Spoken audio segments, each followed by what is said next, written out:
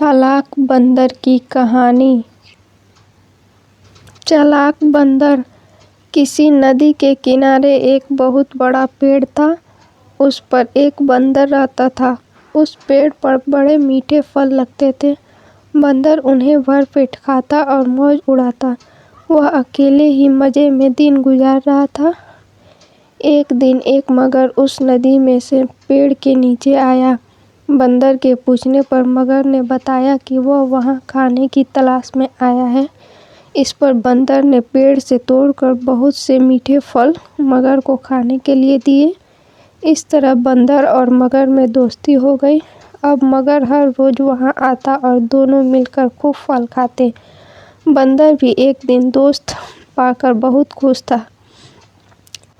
एक दिन बात बात में मगर ने बंदर को बताया कि उसकी एक पत्नी है जो नदी के उस पार उनके घर में रहती है।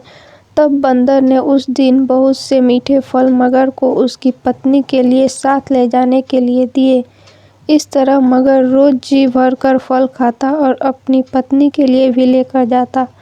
मगर की पत्नी को फल खाना और अच्छा लगता, पर पति का देर से घर लौटना पसंद नहीं था। एक दिन मगर की पत्नी ने मगर से कहा कि अगर वह बंदर रोज रोज इतने मीठे फल खाता है तो उसका कलेजा कितना मीठा होगा। मैं उसका कलेजा खाऊंगी। मगर ने उसे बहुत समझाया पर वह नहीं मानी। मगर दावत के बहाने बंदर को अपनी पीठ पर बैठाकर अपने घर लाने लगा। नदी बीच में उसने बंदर को अपनी पत्नी की कलेजे वाली बात बता दी। इस पर बंदर ने कहा कि वो तो अपना कलेजा पेड़ पर ही छोड़ आया है। वह उसे हिफाजत से पेड़ पर रखता है, इसलिए उन्हें वापस जाकर कलेजा लाना पड़ेगा। मगर बंदर को वापस पेड़ के पास ले गया। बंदर छलांग मारकर पेड़ पर चढ़ गया। उसने हंसकर कहा कि जाओ मूर्ख राजा, घर जाओ और अपनी पत्नी से कहना कि तुम दुनिया के सबसे बड़े मूर्ख हो।